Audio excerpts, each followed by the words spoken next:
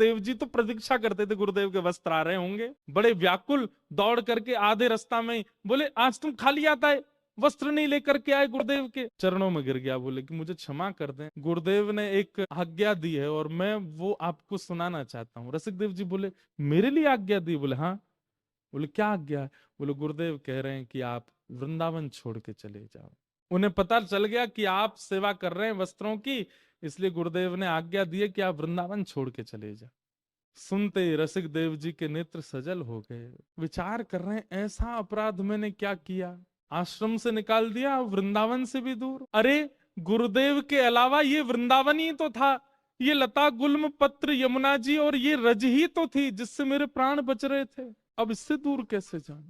लेकिन गुरु की आज्ञा है। जो उनकी थोड़ी बहुत सामग्री थी उठा करके अपने कंधे पर टांग करके श्री रसिक देव जी वृंदावन छोड़ के चले गए, और वृंदावन छोड़ करके अब मथुरा में रहने लगे। कम से कम ब्रज में तो रहूं। अब फिर वही हुआ, महीनों तक तो उनको लगा ठीक होने में, महीनों बाद जब रसिक देव जी ठीक हुए, थोड़े व्यवस्थित हुए, गुरुदेव की याद आने लगी। बंधु सुनने में आपको थोड़ा अटपटी नहीं लग रही कथा?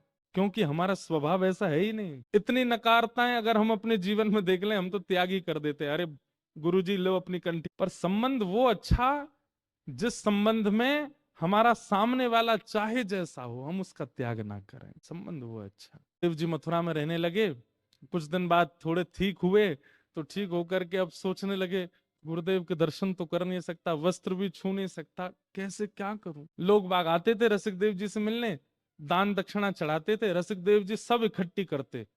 पहले तो लेते ही नहीं थे, लेकिन फिर इकट्ठी करने लगे, और इकट्ठी करके महीना में जितनी दक्षिणा इकट्ठी होती, किसी सेठ को बुलाते मथुरा के, और सेठ से कहते सुनो वृंदावन में गोरीलाल कुंज है ना, वहां जाना, और वहां के जो श्री महाराज जी हैं उनको अपनी तरफ से, मेरा नाम नहीं लेना, अपनी तरफ से निवेदित कर देना, कह देना ठाकुर जी की सेवा के लिए कुछ दक्षिणा है। सेठ जाता, सेठ गया, जाकर के महाराज खूब सारा धन, जैसे ही उसने नरहर देव जी को प्रणाम, बोले ठाकुर जी की सेवा के लिए, उत्सव के लिए थोड़ी राशि है महाराज जी, स्वीकार करो। महाराज जी बोले अरे वाह भैया बढ़िया, अब चलो महाराज ठाकुर जी का बढ़िया उत्सव करेंगे हम इससे। और धन ले लिया, धन लेकर के खूब सुंदर उत्सव किया। उत्सव हुआ वृंदावन में, और विश्राम घाट मथुरा में नाच रहे थे श्री रसिक देव जी की आज ठाकुर जी का उत्सव हो रहा है। मेरी सेवा कैसे भी गुरुदेव स्वीकार तो कर रहे हैं। रसिक देव जी को अब तो चाव होने लगा, जो भी आकर के कुछ देता सब इकट्ठा करते, और इकट्ठा करके फिर उस सेठ को बुलाते, बोले सुनो ये इस महीने का गुरुदेव को दे आओ। 2-3 बार सेवा आ गई वृंदावन, चौथी बार नरहर देव जी के मन में आई, बोले बहुत बड़ा दानवीर नहीं